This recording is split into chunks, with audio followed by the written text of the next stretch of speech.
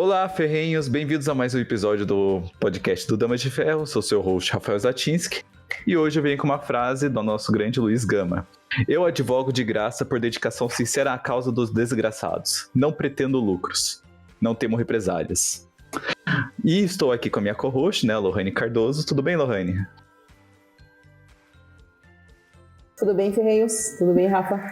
Hoje eu trago uma frase da Harriet Tubman, acho que é o segundo episódio que eu trago uma frase dela, que diz o seguinte: eu tinha cruzado a linha, eu estava livre, mas não havia ninguém para me receber na terra da liberdade. Eu era uma estranha em uma terra estranha. Perfeito.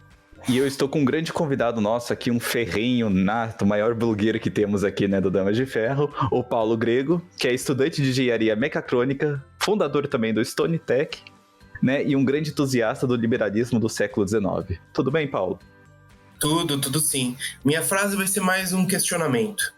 Por que vocês acham que o trabalho de Luiz Gama era tão fácil? Pois bem. E, né, o episódio de hoje, pelo que já dá para ter um norte, né, sobre a questão do Luiz Gama. Paulo, né, como que você vê sobre toda essa questão, né, da escravidão? Bem, eu acredito que não é preciso muito falar do que é a maior chaga da história do nosso país. Mas eu acredito que, para a gente entender melhor a minha opinião sobre o processo da escravidão e da abolição, eu gostaria de perguntar uma coisa para vocês. Então, trazer o cartão do Uno de volta aqui para vocês. Quando a gente vê de leis abolicionistas na escola, ou que vocês lembrem, quais são as leis que fizeram a abolição? Vocês lembram das leis passando? Eu lembro que foi... Lei de sexagenário, eu lembro que foi todo um processo, livre, né? Então, tipo, foi aos poucos, de uma maneira bem devagar, né? Tava até estudando com a minha irmã esses dias, né? Que ela tava estudando história na escola, né? E eu ajudo ela na história. Mas isso. O que acontece é, quando eu descobri o que eu vou falar pra vocês agora, eu me tornei uma pessoa muito entusiasta nesse período também. Porque é o seguinte, quando a gente tá na escola, a gente passa por cima de todas as outras leis, fala que eram todas as leis para o inglês ver, e então vem a Lei Áurea, que daí teve a libertação.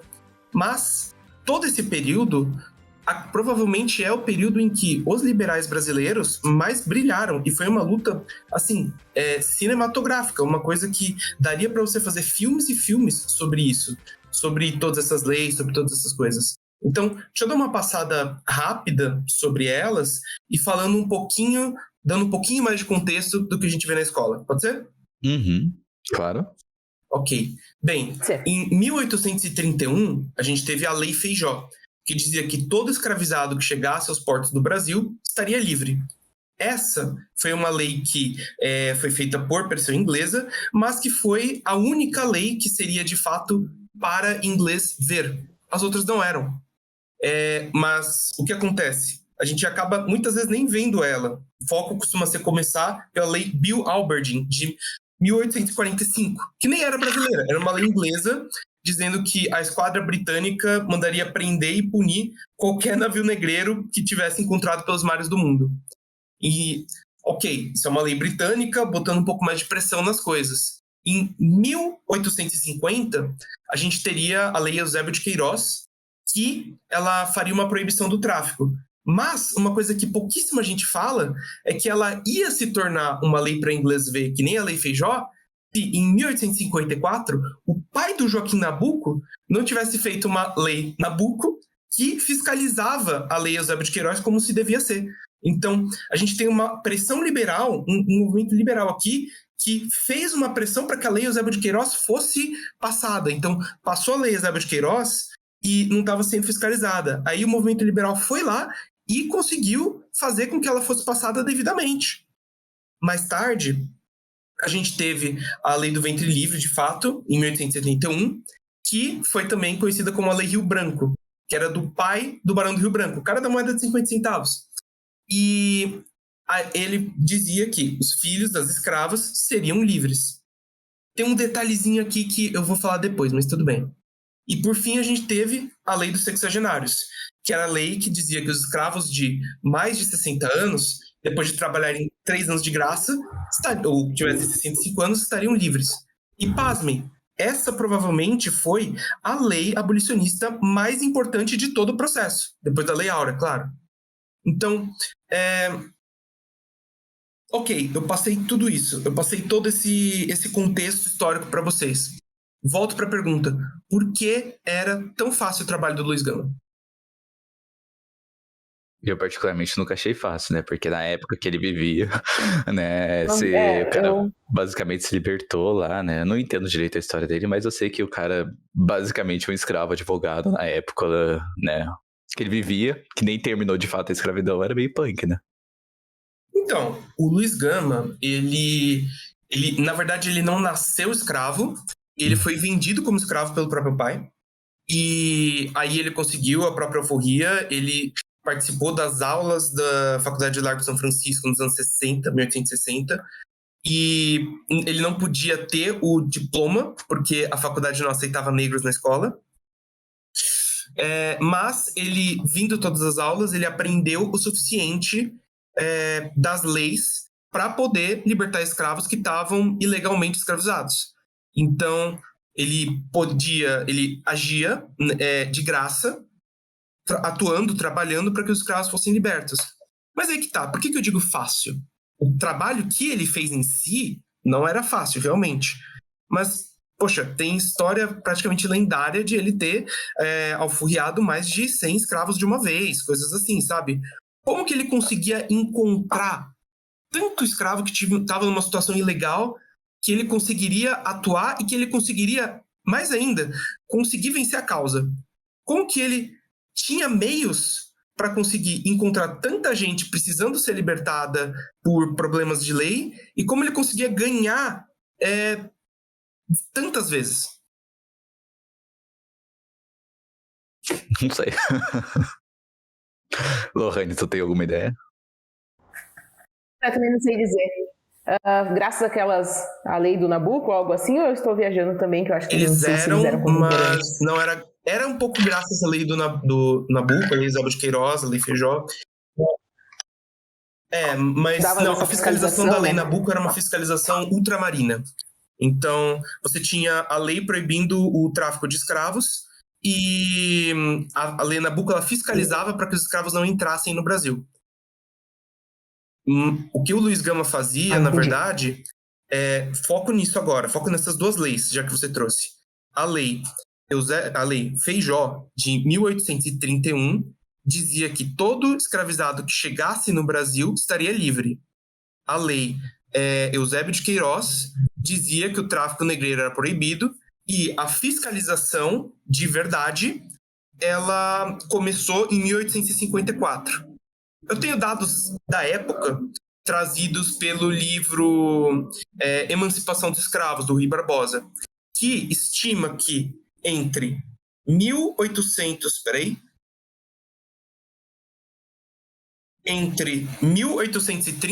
e 1852, 546.315 escravizados foram trazidos ilegalmente para o Brasil, sendo que, pasmem, em 1885, a população de escravos era de cerca de 1.100.000.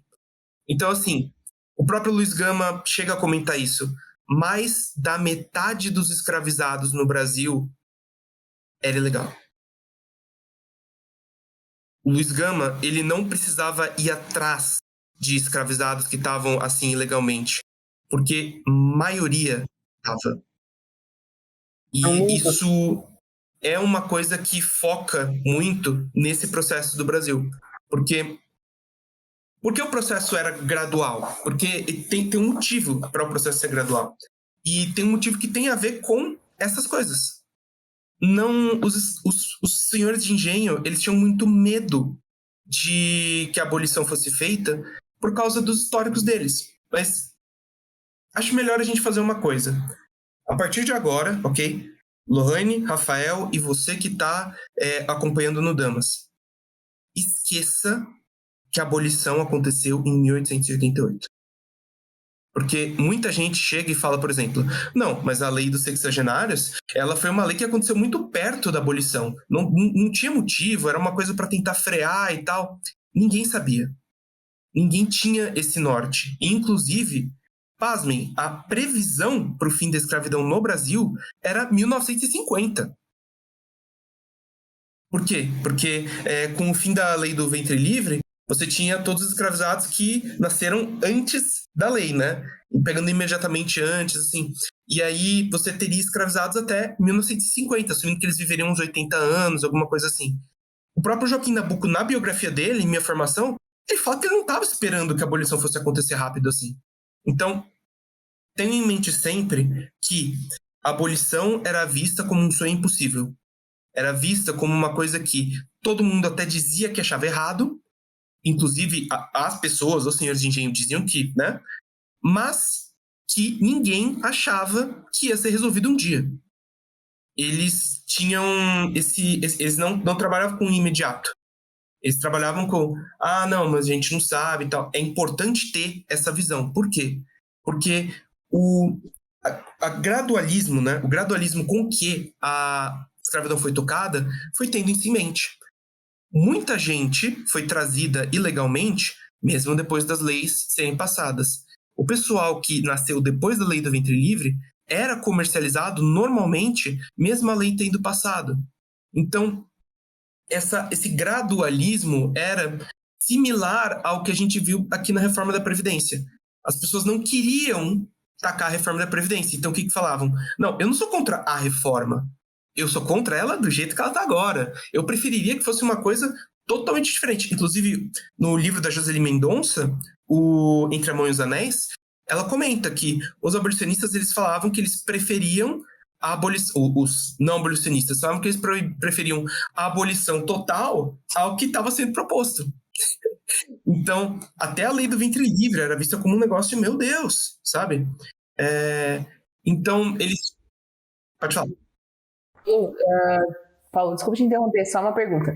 Tu acha que a baixa efetividade da lei do ventre livre se deu porque os pais eram escravos? Os pais continuavam escravos quando os bebês nasciam? Por que tu disse no começo sobre a lei do sexagenário ela ser mais importante? Ela é mais importante, você vê mais eficaz do que a lei do ventre livre? Seria a lei dos motivo, sexagenários, ela é o clímax de todo o movimento abolicionista. Ela é por causa da lei dos sexagenários que a gente consegue estimar que a lei áurea passou. Por quê? Bem, só um pequeno adendo que eu acho engraçado, que na escola eu me lembro muito bem que o pessoal banalizava a lei dos sexagenários porque falava, não, quando é que o escravo vai chegar a 60 anos? Quase nunca. Exatamente, a expectativa de vida do escravo era bem menor que essa, daí eles banalizavam isso até para explicar nas escolas, né? A importância dela. Por isso que eu, sendo leiga no assunto, eu sempre achei que a lei do ventre livre fosse mais importante e mais impactante que a lei do sexagenário. Você me explicando agora, vale eu começo a entender o porquê antes de dar continuidade, né? Se hoje em dia você pega um aeroporto, ainda com toda a fiscalização, consegue passar droga, imagina antigamente, para fazer uma transação ilegal, como que era fácil. Uhum.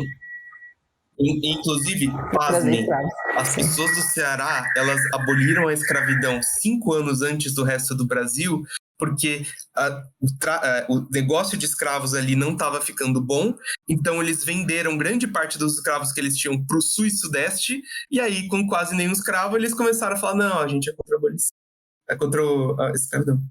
Uhum. O que acontece, tentando responder um pouco melhor a pergunta, eu vou voltar um pouquinho na própria lei do ventre livre. A lei do ventre livre dizia que o filho ele tinha que nascer, né, livre depois da lei, e ele, durante um período, ele trabalhava para o senhor. Por quê? Ele tinha que trabalhar para o senhor por um período para ficar livre depois.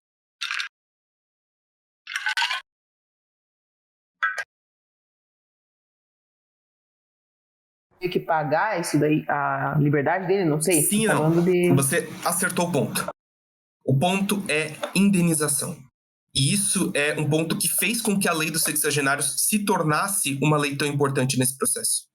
Porque, olha o contexto histórico. A gente não sabia quando a abolição ia acontecer e, em 1860, mais ou menos, acabou de ter a Guerra Civil Americana, que foi para os princípios da época, a guerra mais violenta que eles tiveram em muito tempo. Morreu muita gente na Guerra Civil Americana por causa da questão da escravidão.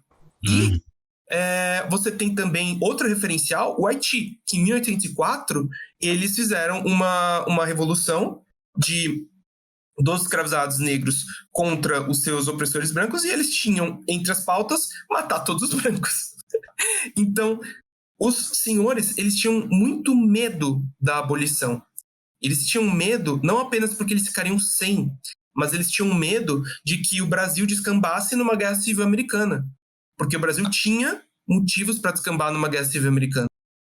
E aí, eles tinham, como a Joseli Mendonça coloca no Entre a Mãe e os Anéis, eles tinham 2 motes, que era gradual e indenização. Por que isso? Porque quando você tem indenização pelo escravizado que foi liberto, o processo é legítimo. A escravidão, se ela é com indenização, o processo da escravidão é legítimo. O senhor não estaria fazendo nada de errado. E a partir do momento em que você faz alguma coisa sem indenização, o que ele está fazendo é errado. E se o que ele está fazendo é errado, é o mesmo ponto da Guerra Civil Americana. Ele estaria abrindo espaço para ter uma loucura. Então, o que eles queriam fazer na época? Eles diziam que eles não iam conseguir manter a escravidão para sempre. Mas eles queriam fazer com que esse processo durasse o mais longo possível, de forma que eles, na geração deles, não tivessem de lidar com isso. Então, chutar o problema para frente. E eles queriam o tempo todo que tivesse uma indenização atrelada para isso, porque eles defendiam o direito... Tá, isso vai soar muito estranho, tá? Cuidado para não vomitar. Eles defendiam o direito de propriedade. Eles diziam que os escravizados eram propriedades deles e, por serem propriedades deles, eles precisavam ser indenizados por terem uma propriedade expropriada pelo Estado. E os projetos de abolição, principalmente a lei dos sexagenários na época, chegaram a ser chamados de comunistas, porque tinha uma abordagem desse tipo. Então, assim... é de dar raiva, mas o processo... Analisar dentro da visão daquela época faz sentido, né? O fato deles quererem indenização para legitimar Perfeito, o que tem eles que tomar estavam cuidado fazendo, com o anacronismo. faz Você não sentido. pode simplesmente, né, pegar um contexto contemporâneo, né, de hoje em dia, século XXI, e falar que não é igual. Exato, que daí dá vontade mesmo de vomitar, né? Com certeza. Se for olhar sobre aquela ótica naquele tempo, faz sentido. Eu posso estar agora falando de forma errada, mas até essa reivindicação deles faz total sentido, porque na cabeça deles, eles eram donos daquelas pessoas. Eles não viam os escravos, né, como indivíduos, eles viam como propriedade. E quando a pessoa, ela tinha isso, né, quando ela ia ter a propriedade dela expropriada, ele queria defender o direito de propriedade. Por isso chamava a lei de comunista. Sim. E, inclusive, na verdade, o maior pecado que tu pode fazer quando você estuda história é fazer anacronismo. Né? Você querer pegar hoje em dia uma coisa que tá no século XXI e querer implementar no século XIX. Sabe? Tipo... então, sabe? Analisar com a visão a de questão, hoje, né? na verdade, até, por exemplo, tirar seus juízos de valores ali do século XXI e tudo mais e entender como que era naquela época. O cara cresceu achando que aquilo dali era normal. Né? Porque ele viveu desde a infância. Você tirar uma crença dessa daí, até falando de maneira como a psicologia, tirar uma crença dessas é difícil. Não é uma coisa fácil. Né? Se demanda tempo e se demanda ainda força de vontade do ser de querer aceitar isso daí. Eticamente tá mais que correto, na verdade tá errado isso. Né? Que você violou a liberdade de outra pessoa. Eticamente, você sabe que tá errado. Agora... na cabeça do ser que cresceu com aquilo, demanda tempo, né? Não é uma coisa tão rápida. E isso, se você me permite, é uma coisa que fez com que a nossa abolição fosse melhor do que a americana. O próprio Joaquim Nabuco chega a comentar isso. Mas isso a gente vai ver um pouco mais tarde. A lei do ventre livre, você estava me perguntando, né? Por que mesmo assim as crianças estavam comercializadas, né? A lei do ventre livre... se você notar, ela tinha isso. que a criança ela trabalharia desde pequena e quando ela atingisse a idade, se não me engano, 13 anos, ela seria libertada, alforriada. Mas isso é uma indenização. O processo de abolição, o processo de escravidão, ele ainda estava legitimado. Então, dado que era um processo legítimo, entre muitas aspas, os senhores eles tinham muito mais força para exercer poder sobre os escravizados. E isso leva até porque a lei dos sexagenários era para sexagenários. Por que 60 anos? Por que não 70? Por que não 50? Por que não 30? Por que 60 anos? Esse número não parece arbitrário? Uhum. Até pelo que eu tinha comentado, para a expectativa de vida também, né? Então, a expectativa de vida deveria ser baixa, mas, tecnicamente, os escravizados de 60 ou mais anos eram cerca de 12% da população escrava. Por quê? Não sei, é tu que me contas. Porque se você pega o ano da Lei dos Sexagenários, 1884, e você pega o ano da Lei Feijó, 1831, você tem cerca aí de uns 50 anos, mais ou menos.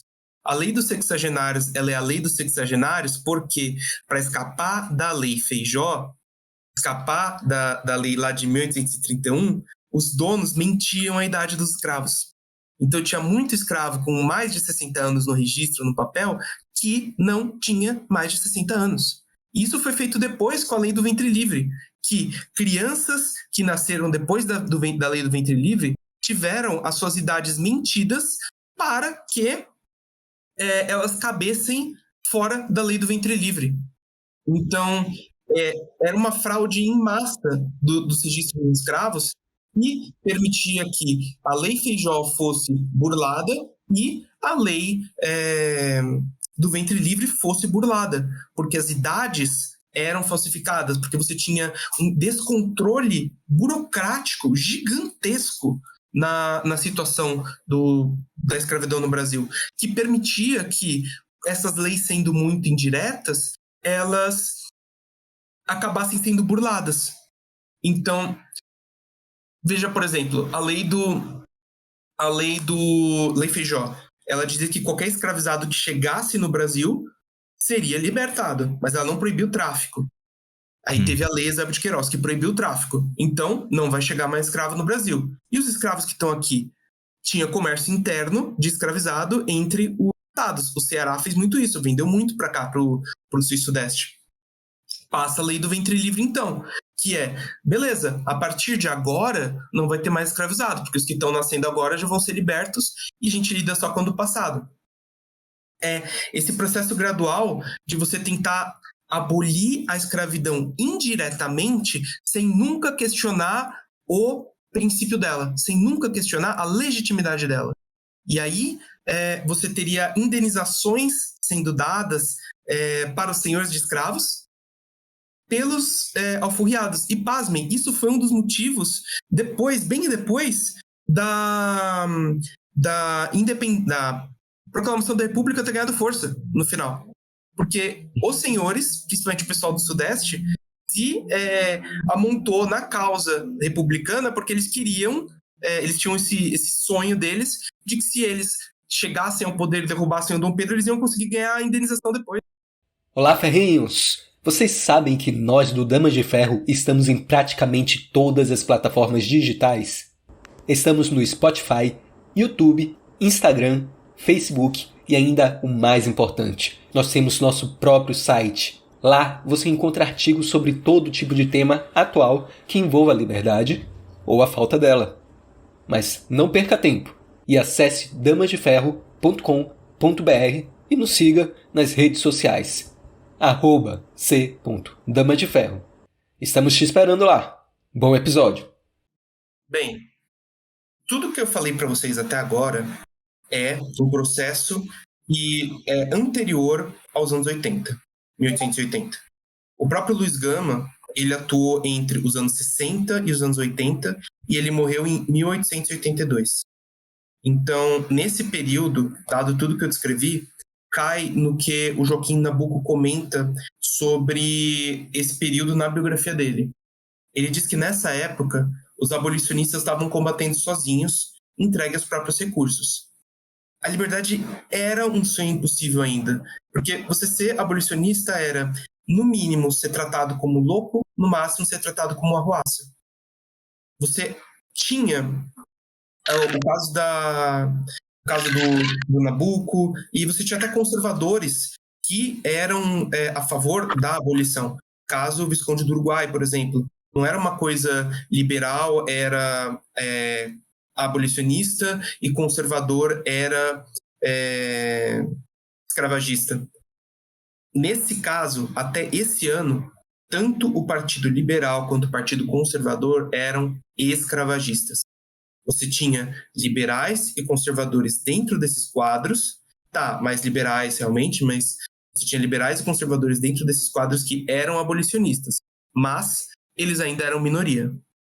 Isso muda em 1884, quando o gabinete liberal da época consegue maioria. Os liberais, por vários motivos, eles conseguem chegar lá, e o Dom Pedro fala, ok, vamos tacar esse processo da abolição. O que mudou? O que fez com que isso acontecesse? Bem, nos anos 80, entre 81 e 82, tem vários movimentos aqui. Principalmente a criação da Confederação Abolicionista, feita por Joaquim Nabuco, José do Patrocínio, André Rebouças. E o que eles fizeram?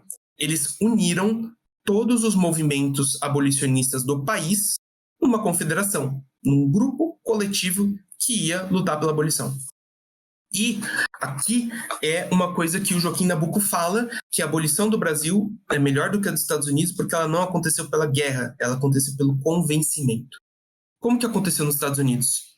O Sul falou, não queremos libertar os escravos. O Norte falou, vocês vão libertar os escravos. Guerra. E aqui no Brasil foi diferente. Você teve uma onda dos próprios abolicionistas de muito tempo fazendo e trabalhando esse convencimento na sociedade. Então, vou citar alguns nomes aqui, alguns vocês conhecem, alguns talvez não.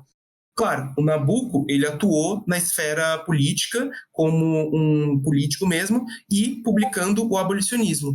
Mas, se você for pegar, por exemplo, o José do Patrocínio. O José do Patrocínio, ele era um jornalista e ele fazia a teatralização da abolição. Ele pegava escravizados, levava eles para um palco e mostrava e fazia todo o discurso de como a escravidão era errado para as pessoas ao redor. E aí, no final desse discurso, no final desse ato teatralizado, eles davam a carta de alforria para os escravizados, e os escravizados ficavam felizes que agora eles estavam livres. E eles sabiam que eles iam ser libertados depois, mas que esse teatro era importante para convencer as pessoas da importância da abolição.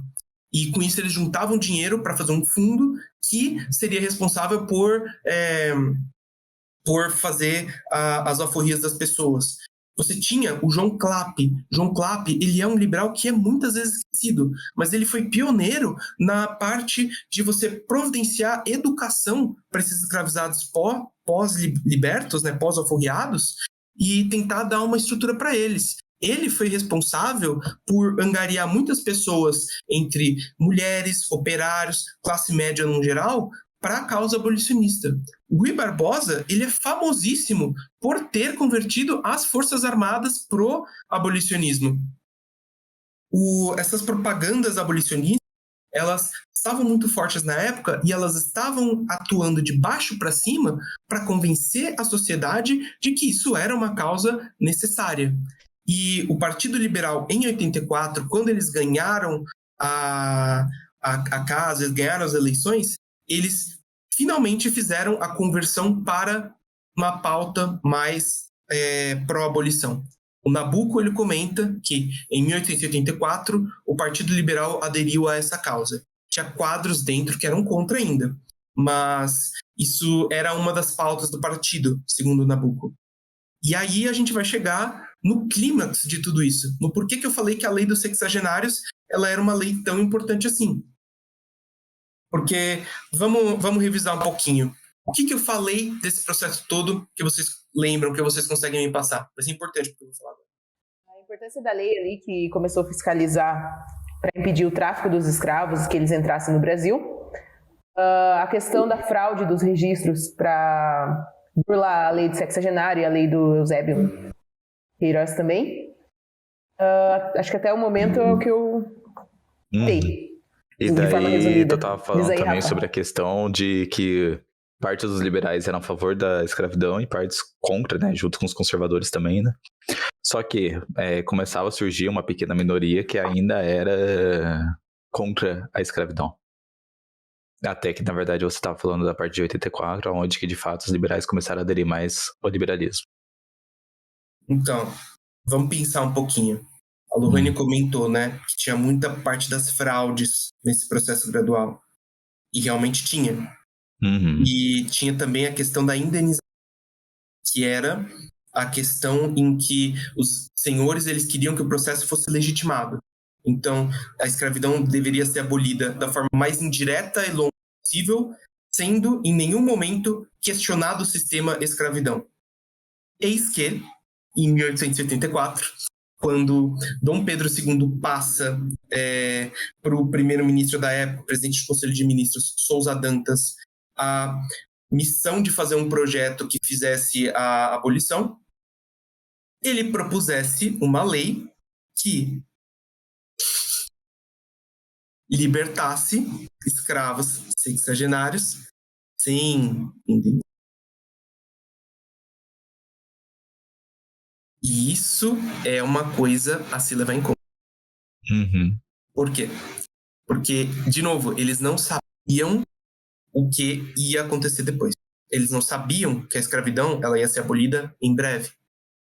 E quando ele propõe uma abolição sem indenização, ele está atacando, ele está abrindo o campo para que projetos futuros venham a fazer a abolição sem indenização. A própria lei do ventre livre tinha indenização, mas ela era cerca de 10, 15 anos antes. Você tinha agora uma lei que ia propor uma abolição sem escravidão. Tá falando dos sexagenários, mas daqui a pouco, dá uns 5 anos, talvez venha uma lei que fale dos outros em geral? Como assim? E mais uma coisa, lembra que você falou que tinha muita fraude, muita coisa ali? Esse projeto, ele não era apenas a libertação do sexagenário, ele era também um censo dos escravizados, um censeamento. Então, chegou a ter um censo na época de 72 que os caras mentiram a rodo, mas pretendia-se fazer um censo dos escravizados novamente, em que era proibido você ter o comércio entre estados. Então, eles iam fazer um controle melhor da escravidão e eles iam poder utilizar os registros para poder fazer a abolição mais em massa. Isso era discutido até na própria época, como você vê porque o Rui Barbosa, no Emancipação dos Escravos, ele comenta ali, ele coloca ali os discursos que foram feitos na época que essa lei foi aprovada. Tem tudo ali o log. E ele comenta que, já na época, o pessoal ele já tinha isso em mente que essa lei estava contando que teria um monte de fraude no censo e quando vai fazer o censeamento, você já devia estar livre pela Lei Feijó. Você já devia estar livre pela Lei do Ventre Livre. Você já devia estar livre pela outra lei. Ele queria, através desse censeamento, sem que você tivesse uma lei, direta fazendo isso, com o censo, grande parte dos escravizados já cairia nas leis já existentes e seria liberto automaticamente. Os sexagenários, eles eram exceção a isso porque eles eram anteriores à lei. Eles eram anteriores à Lei Feijó. Então, eles são libertos imediatamente e sem indenização. Agora, os outros, quando o censo fosse feito, eles entrando nesse censeamento, seria algo cerca de 1 ano, mais ou menos, eles teriam um controle maior que permitiria que essas coisas fossem feitas. Então, era um projeto, o projeto Dantas, era um projeto bom, que utilizava do censeamento dos escravizados para poder libertar vários, meio que no arrastão, né, no solepão. Não era oficialmente na lei dizendo que ali, mas todo mundo sabia que era o que estava acontecendo. Inclusive, nos discursos que o Rui Barbosa coloca da época dos deputados discutindo, eles argumentam que a lei tinha em mente que isso ia acontecer. E eles liberavam os escravos sem indenização com extra também. Na verdade, 2. É complicado porque eu vou falando as coisas, mas aí eu vou lembrando de mais. Normal. É uma conversa, acontece isso mesmo, mas pode falar à vontade. Vai trazendo, né? Vai trazendo as informações e a gente vai... O que essa lei fazia ela assumia, o governo, ele colocava um preço para os escravos baseado na idade deles. E esse preço sofreria a cada ano uma deflação, né, de 6%. Então, se o escravizado tinha, se eu não me engano, 20 anos, ele valia 900 réis. E a cada ano que passava, esse custo ele ia ficar 6% menor. E chegaria a um ponto que o escravizado conseguiria a própria alforria também. Detalhe, além de ter essa deflação, os senhores eles iam agora ter que pagar um imposto de, se não me engano, uns 5% por escravizado que eles tinham para ir para o fundo de alforria, para que o governo tivesse dinheiro para poder fazer essa libertação. E agora o pedaço de ouro nisso. Um pedaço que, se antes o projeto estava sendo chamado de comunista, agora ele seria ainda mais chamado. Era um projeto que ele também, no finalzinho dele, já previa um início de reforma agrária e um loteamento de terras para que os escravos pudessem recomeçar suas próprias vidas. Então, os escravizados que não conseguissem arranjar trabalho, eles seriam fornecidos pelo governo lotes de terra que eles teriam arrendado, né, emprestado, e com a possibilidade de o escravizado crescendo pelo próprio trabalho, podendo juntar das coisas ali, ele teria já, tá na lei, ele teria já a condição de ter passado essas terras para ele. Isso é uma coisa, junto a isso, você vai ter abolição sem indenização, um censo que seria capaz de passar no solapão um monte de escravizado que estava ilegal, e você teria um projeto, um início de projeto de reforma agrária para terras para os escravizados que estavam sendo libertos. Eu preciso dizer que o Sousa Dantas tomou um impeachment? Não. Ele teve muita resistência do Partido Liberal e do Partido Conservador. O parlamento foi desfeito, precisaram começar novas eleições e o projeto foi discutido e esvaziado ao longo de 1 ano. E o próprio Sousa Dantas ele foi tirado como primeiro-ministro, ele foi substituído por um outro, também liberal, mas mais liberal centrão, que era o Saraiva, em que grande parte das coisas foram esvaziadas ou feitas de um jeito que não ia ser mais tão efetivo, e passou como a lei dos sexagenários, onde a coisa que de fato ia acontecer de diferente na lei era a libertação dos sexagenários, mas com a indenização. Os sexagenários eles teriam que trabalhar 3 anos de graça para o senhor para poderem ser libertados. Punk, né?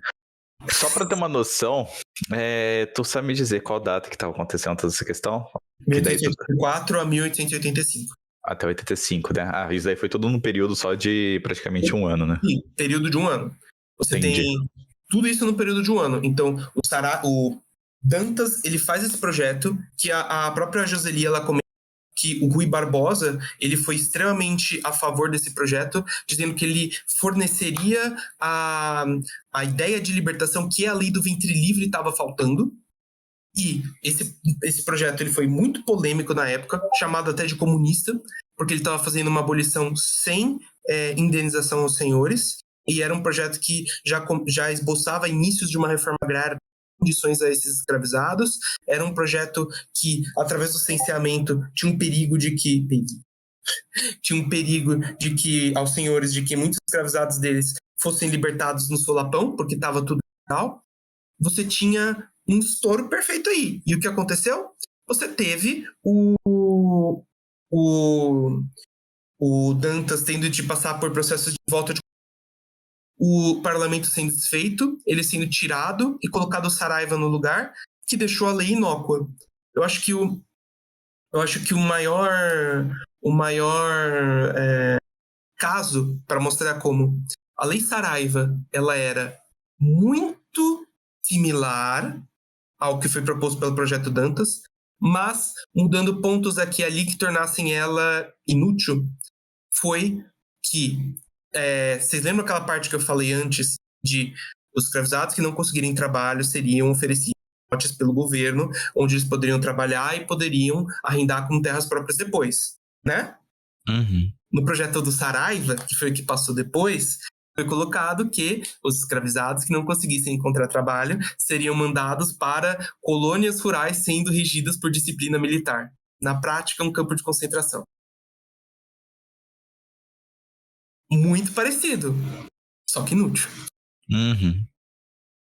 E o que acontece aí? Saraiva, ele passa por dificuldades também, e no finalzinho dessa lei, ele abre mão para um ministro, primeiro-ministro conservador, que é o Barão de Contegipe. Contegipe, ele é famosinho, vocês devem ter ouvido ele, coisas aqui e ali, né? Deixa eu tentar dar uma contemporaneizada, talvez. Você teria digamos que na época da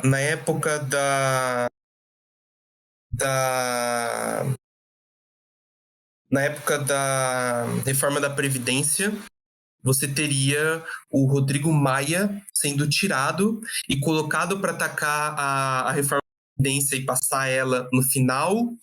Você teria a Gleisi Hoffmann. É mais ou menos isso. E aí você teria um trunfo dos conservadores na época. Porque se você for falar com um pessoal mais reacionário... Gente, eu tô me sentindo solitário. Vocês não têm pergunta? Não, pode continuar. É que na verdade tu tá falando também, cara, que eu só tô deixando, sabe? É que nem quando eu tô atendendo o paciente, cara. O meu paciente tá falando, só vai. Então. Mais história que tem tantas peculiaridades, você vai falando... A história da civilização, a história geral da civilização brasileira deixa claro, se não me engano do Chico Buarque de Holanda, deixa claro o seguinte: essa lei, ela foi uma lei muito custosa e uma lei que estava sob responsabilidade total dos liberais. Quando o Contegipe passou, os conservadores eles começaram a esboçar legalzinho pelo causa da abolição e tal. Por quê? Porque todo o ônus da lei dos sexagenários e da abolição ia cair sobre os liberais, que estavam sendo descolados do projeto, mas a responsabilidade estava ficando para eles, e todo o louro, né, todo o mérito de ter passado isso ia ser passado para os conservadores. Então, você tinha um descolamento dos liberais abolicionistas desse projeto, a culpa ia ser colocada neles ainda, mas os conservadores eles estavam tendo como muito importante que agora eles passariam o projeto e eles ficariam, eles colheriam o louro disso para eles. Tanto que se você for falar com uma pessoa mais reacionária, uma pessoa mais reacionária no sentido literal, né? Uma pessoa que vê esse período como um período bom e uma pessoa que goste dos conservadores do passado, talvez ele fale para você que todos os projetos de abolição brasileiros foram passados por conservadores. E não é mentira. A lei do ventre livre, ela foi passada por um gabinete conservador. A lei do sexagenários foi passada por um gabinete conservador. Mas não foram eles que fizeram grande parte do movimento. Eles só colheram o louro de estarem no poder quando a lei passou. mas eles não foram os relatores, eles não foram os responsáveis, as pessoas que deram a cara a tapa para fazer com que esses projetos passassem. Foi basicamente a mesma coisa quando você convida aquele amigo seu para fazer um trabalho de grupo e o cara só coloca o nome no final, né, e faz a finalização ali, né? Mas... Sim, foi o que aconteceu. E isso é um esbocinho do que vai levar a Lei Áurea também. Porque, assim, você tem isso. A Lei de Extraordinários ela foi passada de uma maneira que ela é parte inutilizada e ela, de fato, se tornou uma lei inútil, como ela é dita na escola. Mas é importante notar que ela foi propositalmente feita inútil, porque o projeto anterior era muito bom. Então, você tem uma lei que causou um pânico, uma coisa. O governo ele teve a dissolução do parlamento, teve a troca de primeiro-ministro, porque o parlamento ia ser desfeito por uma segunda vez. Então, foi nesse nível que isso foi feito. E você tinha o início dos conservadores tem que pegar para si a pauta sem terem, de fato, batalhado por isso, né? Mas, ok. Tá o Cotegipe.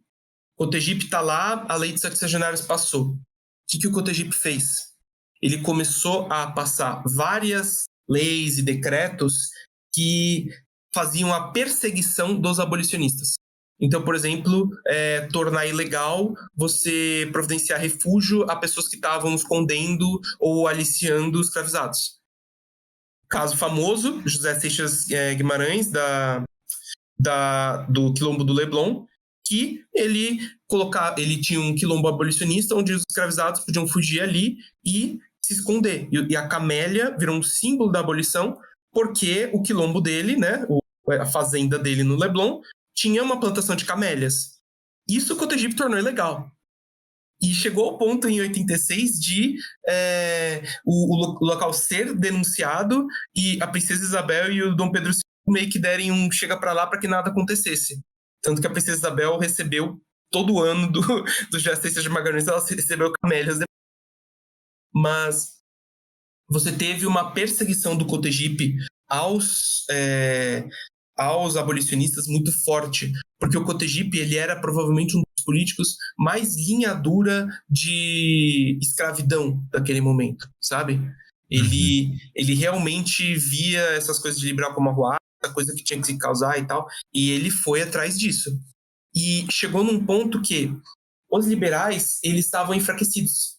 Apesar de eles terem tido força para começar isso, vamos lá. Você teve aquela reeleição, né, das pessoas, que teve várias outras pessoas entrando, alguns liberais perderam cadeiras importantes. O Nabuco quase não foi eleito. Eu não lembro agora se é o livro da Joseli ou do Rui Barbosa que conta isso, mas ele quase não foi reeleito nisso. E você tinha, ainda assim, quando você teve a esvaziação do projeto, foi pelo Saraiva, que era um liberal. Então você tinha uma diminuição dos liberais e, dentre esses liberais que estavam diminuídos, eles ainda estavam brigando entre si. Então, não tinha números o suficiente para você tirar o Cotegipe.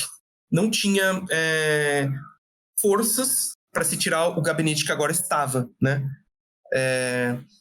E aí a gente começa a entrar no papel da Princesa Isabel nisso tudo. Só antes de entrar nesse ponto da Princesa Isabel, eu até gostaria de fazer uma pergunta sobre isso. Você está falando mais sobre liberais e conservadores. Sim. Certo. E o outro lado? Como assim? O lado mais, talvez, tipo de esquerda, de fato, né? Que você estava falando, né? Que foi chamado esses projetos inúmeras vezes, talvez até de comunistas, mas não tinha um lado mais de esquerda, né? Não. Nesse canto. Não. Naquela época, não sei se já tinha isso desenvolvido, acho que no Brasil, né? Acho que não tinha esse viés, né? O Brasil, na época, ele ainda era muito aristocrático. As pessoas, elas não tinham... A pauta socialista não era uma pauta tão permeada como, por exemplo, a pauta do republicanismo. O Luiz Gama, ele era um contrário ferrenho do governo, mas ele é um dos fundadores do Partido Republicano. Então, assim... eram outras discussões. O comunismo aqui era mais feito como uma crítica, um espantalho, que nem o Bolsonaro, comunista, mas não tinham comunistas de fato instalados no Brasil com poder relevante. Tanto que a esquerda no Brasil nessa época é o Partido Liberal.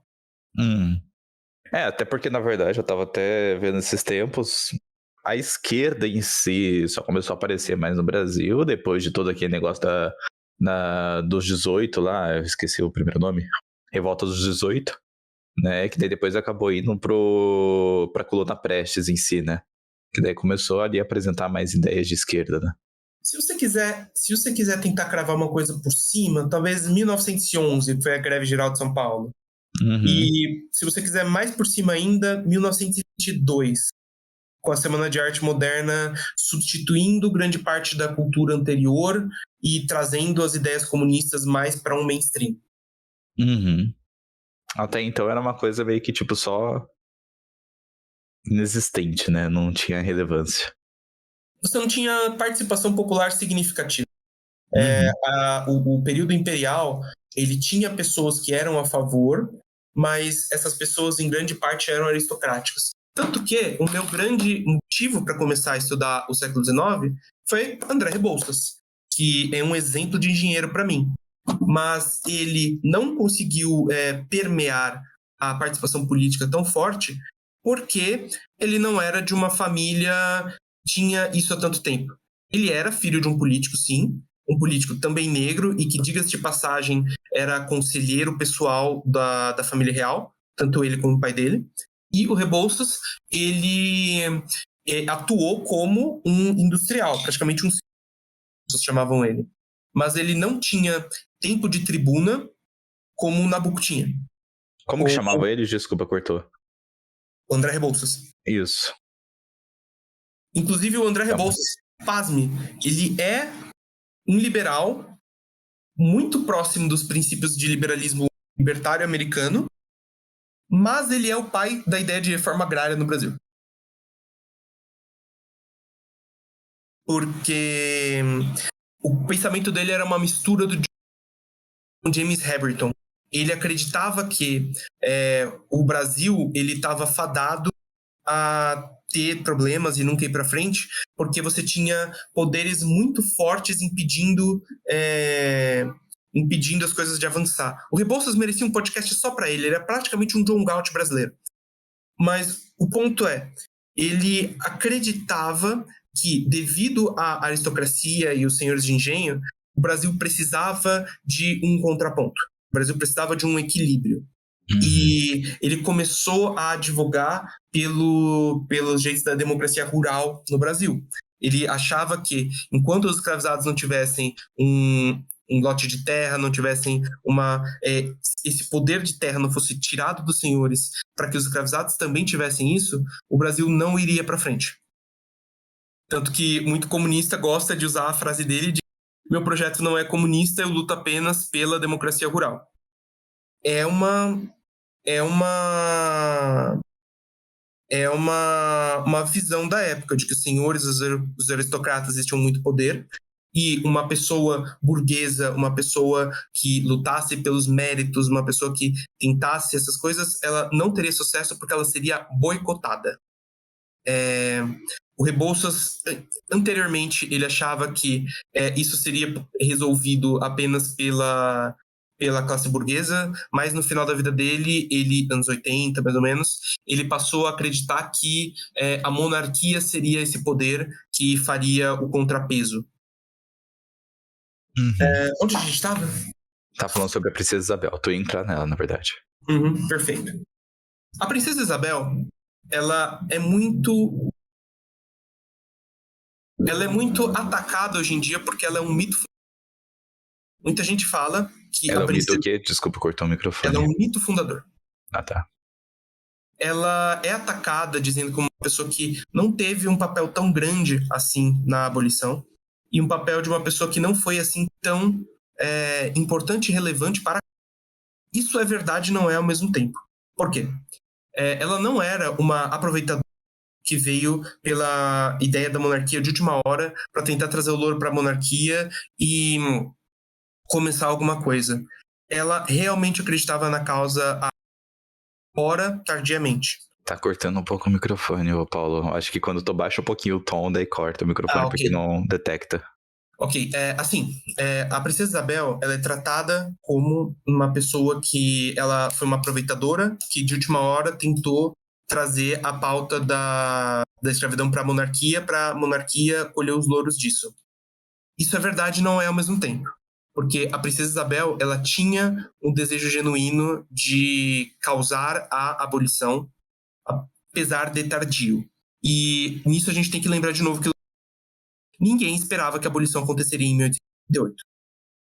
Então, não veio muito nisso. Mas o que acontece? A Princesa Isabel, em 87, vieram até ela mostrar isso e tal, e ela tirou o delegado do Cotegipe que fazia essas perseguições aos liberais. Então, os liberais estavam sendo perseguidos para a Fourrière pelo delegado do Cotegipe. Ela foi lá e ela demitiu esse cara.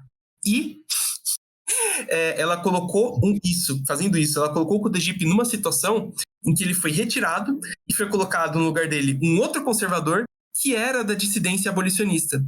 Então agora você tinha um gabinete conservador abolicionista que estava pautando a causa da abolição no lugar do Cotegipe. Por isso que, entre 87 e 88, a causa abolicionista virou irreversível, virou imparável. Por quê? Se os conservadores fossem contrários à pauta agora, eles corriam o risco de perder o gabinete para um liberal. E daí os liberais iam lograr os louros e não eles. Então, eles estavam numa situação em que foi colocado um conservador no lugar do Cotegipe que era a favor da abolição. Só que eles já começaram todo aquele discurso no passado de não, tá vendo? A gente que passou a lei dos sexagenários, a gente que é o pessoal da abolição. Eles fizeram isso já esperando que o Cotegipe ia reprimir os liberais todos e eles só iam escrever o nomezinho no final. Só que agora o Cotegipe foi tirado e foi colocado um cara que era abolicionista de verdade no Partido Conservador. Se eles fossem contrários, esse cara poderia ser tirado e poderiam colocar um Joaquim Nabuco liberal no lugar. Isso era politicamente ruim. Então, olha como o Projeto Dantas, em 84, ele gerou uma cadeia de eventos que fez com que, em 1888, os conservadores eram obrigados também a aderir ao... E, nesse ponto, você tem... Imagina o seguinte... Ninguém fala isso do Nabucco, mas é uma coisa incrível. Janeiro de 1888. A Princesa Isabel se torna regente do Brasil. E o Nabucco sabe que ela é extremamente católica. O Nabucco sabe que o Papa da época, o Leão XIII, ele era um Papa mais liberal, que estava defendendo ideias abolicionistas. O que o Nabucco fez? Ele tinha uma opção. Ele poderia ir para os Estados Unidos, ajudar a divulgar mais a causa abolicionista, ou ele podia ir até o Papa, e ele foi. Ele foi no Vaticano, ele usou toda a experiência dele de diplomata para conseguir um encontro com o Papa, e ele conseguiu fazer com que o Papa fizesse uma encíclica exclusiva para o Brasil pedindo a abolição.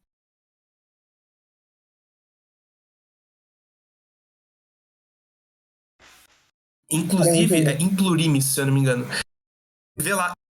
Não tem como não conter o sorriso quando eu tô lendo essa encíclica e ele fala: o diplomata brasileiro veio aqui, tivemos uma conversa. Filho da mãe, você conseguiu.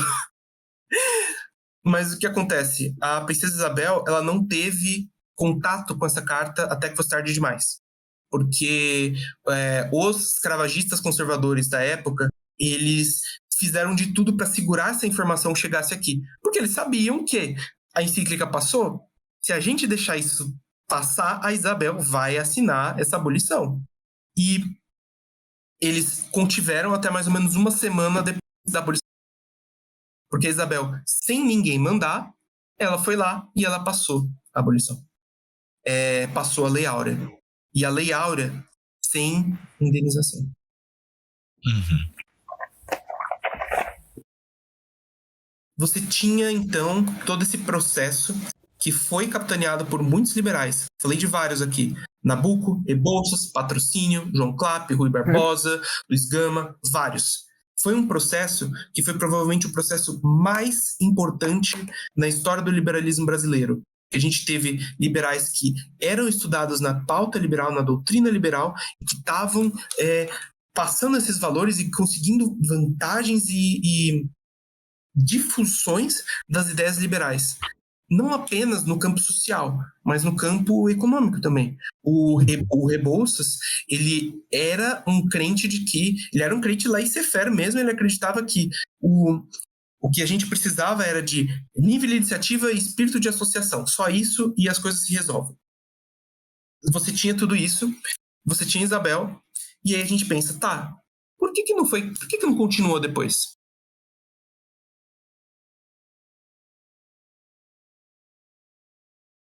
Pra mim, na verdade... Continuou o quê, você disse? Pra mim, na verdade, tudo isso daí foi meio que num carrinho de mão, sabe? Você tinha que puxar pra pessoa conseguir dar andamento a todo esse processo da abolição da escravidão, porque senão, pra eles, continuaria, né? Se não fosse forças externas todo momento. Agora, por quê? Acho que essa encíclica, ela foi determinante? Ela não foi determinante, mas eu acho importante ela para a discussão, porque para mostrar a que ponto nós liberais fomos, sabe? Ela foi segurada pelos escravagistas e ela não chegou aqui até a escravidão de fato ser abolida, que foi um período de janeiro até maio, sabe? Foi uma coisa muito rápida mesmo, porque ninguém acreditava que ia acabar em 88. Ninguém acreditava que ia acabar em 88. Esqueci de falar uma coisa. O Souza Dantas, em 1886, em resposta à lei ter sido esvaziada, ele passou um projeto de lei no Senado para que a escravidão fosse totalmente extinguida em 5 anos. Então, a previsão mínima seria até 89, mas quando essa lei passasse, 5 anos depois, para extinguir tudo. Então, olha esse contexto. Você teve pessoas aqui e ali, liberais, que lutavam pela causa, mas ainda não era organizado. Anos 80, isso se torna organizado e nacionalizado, a ponto que você chega em 84, você já tinha Ceará e Amazonas com a abolição feita, e o resto do país não, mas você tem um projeto que começa a atacar uma abolição sem indenização. Corremos o risco de ter uma guerra civil igual a americana, se isso acontecer. Então, pau no projeto, colocou indenização e esvaziou o projeto. Só que, em consequência disso, você tem essa lei proposta para abolir a escravidão em até 5 anos, e você tem um conservador que assume o poder e que começa a punir os abolicionistas bastante, enquanto o Partido Conservador começa a tentar lograr para si, dizendo que eles que foram que tocaram a escravidão, a abolição. Só que aí o Cotegipe é tirado, é colocado um conservador que é abolicionista de fato, e eles não podem mais voltar atrás, então agora eles têm que dizer que eles são a favor da abolição também. É um processo que você até mesmo perguntou, não, que ano foi isso? Porque parece uma coisa de 10, 20 anos, mas foi uma coisa que aconteceu em 4. Mas, de novo, por que, se a abolição foi feita, se a alforria foi feita em 88, por que eles não continuaram depois? Continuaram na parte do que você diz sobre... Indenizações. Você diz continuaram... Tá, entendi. Você diz continuaram em que aos sentido? Escravizados, uma reforma agrária que providenciaria terras aos escravizados. Os abolicionistas ainda estavam lá. O que mudou? Acho que o movimento perdeu força, Paz. Eu acho que, na verdade, faltou projeto pro after, né? Então, por exemplo, a gente tava pegando a questão da abolição, conseguiu a abolição, tá? E depois? Sei lá, nunca pensou, nunca... Como você mesmo estava falando, as pessoas nem pensariam que seria possível, na verdade, em 88, então eu imagino que faltou uma questão de projeto pro adiante. Elas não esperavam que fosse tão rápido, né? Então, isso é verdade, de fato. Ninguém esperava que acontecesse em 88. O Nabucco, na biografia dele, me afirma: eu não esperava que ia ser em 88. Era a causa da minha vida, e agora a causa da minha vida acabou, não tenho o que fazer. Mas, se você pega a fala do Trono, que é tipo um discurso do Estado da União do ano seguinte, você vê uns esbocinhos de queremos lidar com a causa dos escravos aqui. Você vê o Patrocínio na época, ele tinha um plano talvez em tentar começar alguma coisa para isso. Ainda existia pessoas na sociedade que estavam querendo ver isso, tacar isso de alguma forma. Mas de repente isso mudou e de repente você tem o Estado em geral ignorando isso completamente. Por quê? Não sei. Tu que tem informação.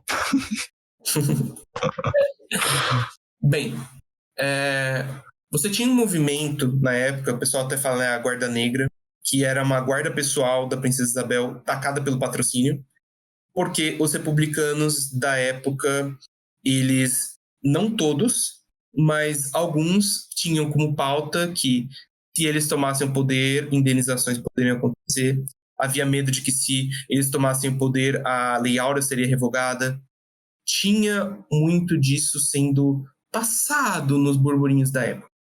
E a situação pro Dom Pedro II e pro Império ficou insustentável. Tanto que o Cotegipe, quando a Princesa Isabel assina, falou: você assinou o fim do Império, e ela respondeu: eu pagaria qualquer preço pela liberdade desses homens. Eles sabiam que o imperador estava perdendo forças ali, o Império estava perdendo forças ali, mas a proclamação da República, ela foi um baque e uma mudança muito forte. O Rebouças, tanto na biografia dele, quanto aqui na biografia de Rebouças, comenta-se que, pro Rebouças, o 15 de novembro foi o desforro do 13 de maio, foi a vingança pelo 13 de maio. Você teve o 13 de maio, que teve a pauta, que teve a abolição, e você teve o 15 de novembro. Quem tacou o 15 de novembro, em grande parte, né? Além dos militares? Elites de São Paulo e Minas. Principalmente São Paulo, local onde tinha mais escravos surgindo na época e tal. Então, foi feita a proclamação da República, de repente as pautas anteriores foram deixadas de lado e começou a se tornar, beleza, como que a gente vai organizar esse país? E não era mais tanto do interesse dos políticos da época que isso fosse tacado pela frente. O que era do interesse deles? Indenização. Como que a gente vai ser indenizado? E aí, o Rui Barbosa fez uma coisa que é polêmica. Até hoje, não sabem dizer se ele fez isso para se livrar ou se ele fez isso por convicção à causa. Mas eles estavam cobrando um processo de indenização. Então, o Rui Barbosa foi lá e os registros dos escravizados no Brasil. Perdeu-se, assim, totalmente os registros de quem era escravizado, onde, por quê. Isso foi desfeito e não era mais possível você dar uma indenização para os senhores de escravos. A partir desse ponto, a abolição ela poderia vir com outras coisas. Há quem diga, mas aí é já especulação, que o processo do encilhamento do Rui Barbosa poderia ser visto como uma forma de propiciar aos escravizados começarem um negócio, algo assim, mas aí a gente vai para a especulação. Ponto 15 de novembro foi a vingança pelo 13 de maio. Quando o Império cai, todas as pautas que estavam sendo discutidas antes foram suspensas e o que começou a ser discutido é como a gente vai atacar esse país. A última pauta que poderia ser resolvida era a questão da indenização. O Rui Barbosa sepultou quando ele queimou os registros dos escravizados. A partir desse momento, o Brasil tinha de lidar com essa nova realidade do jeito que dava, tentar dar condições para essa população do jeito que dava, mas dá para cravar um pouco que um dos motivos para isso ter mudado não foi exatamente a falta de interesse da época, foi a mudança de regime. Você teve uma mudança de regime e, de repente, inúmeros outros assuntos começaram a se tornar mais importantes, mais relevantes. Como que a gente vai fazer uma Constituição? Como que a gente vai tacar? Como que vai ter judiciário? O que a gente vai fazer? Olá, ferrinhos! Vim trazer um recado quente para vocês. Nós estamos lançando nossos produtos do Damas de Ferro. Se você sempre quis se vestir com as nossas ideias, agora você pode.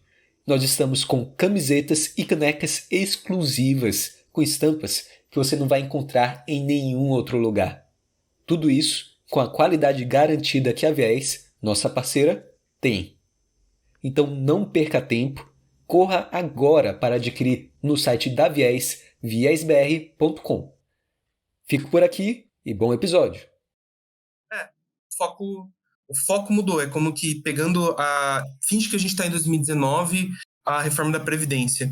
Aí, de repente, imediatamente depois que a Previdência passou, o Brasil deixa de ser uma república presidencialista para ser um regime parlamentarista devolvendo o poder para a família do Dom Pedro.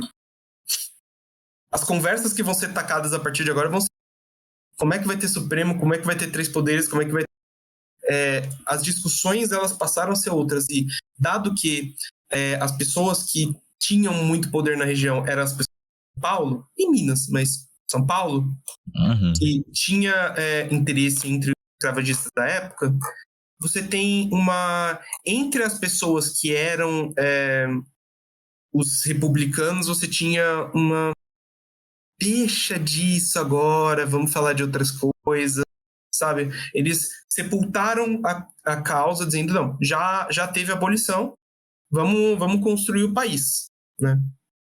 E você ainda teve pessoas que lutaram pela abolição, no caso Rui Barbosa, pessoas que foram importantes no processo abolicionista que continuaram a nova república, mas você também tinha muita gente que que não era abolicionista na época e que não vinha mais interesse que esse projeto fosse tacado para frente. Então, só fazendo um resumo, né, de tudo que a gente viu. Diga. Só uma pergunta, Paulo.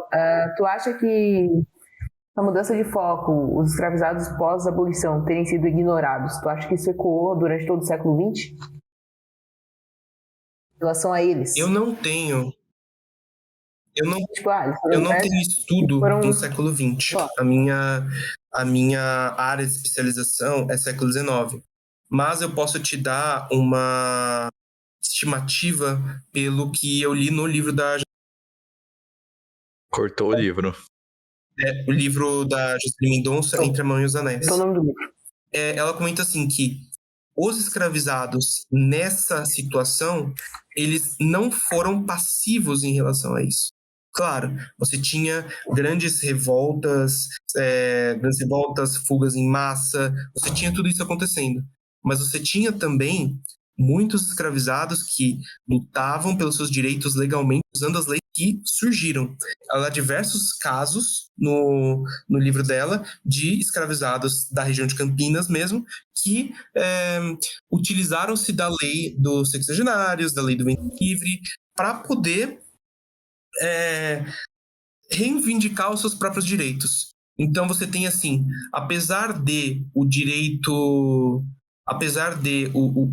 as leis brasileiras não terem grande, você tem que os próprios escravizados, como a Mendonça fala, eles utilizaram dos sistemas legais que eles tinham como ferramenta, como arma para conseguir uma vida melhor. E é o que a gente viu ao longo da história do Brasil.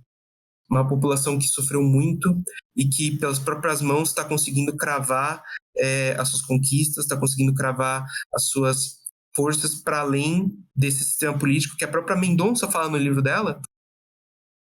Os abolicionistas da época, os políticos da época, eles tratavam os escravizados como, sabe, como pessoas que precisariam de guia, eles não tinham ainda a visão total disso. Foram os escravizados que conseguiram conquistar isso, quando eles foram libertos e venceram. Mas eu só posso te dizer do século XIX. O que, por exemplo, eu consigo entender um pouco mais sobre do século XX, né, que eu tenho um pouco mais de conhecimento sobre. Mas com Deodoro, na verdade, ele nunca quis ele nunca quis tomar toda essa parte, né, ele nunca quis fazer esse golpe. Ele fez por causa de mais pressões. E também, agora não vou lembrar qual atrito que teve em si, mas tinha um atrito interno ali que ele teve acho que com Rebouças mesmo, que daí fez com que ele levantasse essa questão do golpe. E pelo fato dele não querer ser um governante, né, ele governou de um jeito que... beabá, né? Bem que não muito tempo depois acabou assumindo Floriano Peixoto, e o Floriano Peixoto sendo Floriano Peixoto, ou seja, só fazendo besteira, né? Acabou estabelecendo, se não me engano, a República do Café com Leite, né? Não. Não? Depois, Não. né? Daí eu tô pulando. Dessa parte, o que a gente pode ver? A reforma do café com leite, ela foi mais ou menos nessa época, entre Prudente de Moraes e Campos Salles. Quando os militares, eles já saíram. Uhum. E uma coisa que eu acho importante trazer, né, já que vocês querem ver um pouco do século XX. Os liberais e conservadores do século XIX sofreram expurgos ideológicos ao longo do século XX. Com o Floriano Peixoto, todo mundo meio que se dizia conservador foi perdendo o espaço. Porque Floriano, ele perseguiu as pessoas que eram favoráveis ao regime antigo na marra. Então você pode dizer que quando o Prudente de Moraes assume, já não existe uma continuidade do pensamento conservador. Para os liberais, isso demorou um pouco mais. Isso aconteceu em 1930, quando Getúlio toma o poder.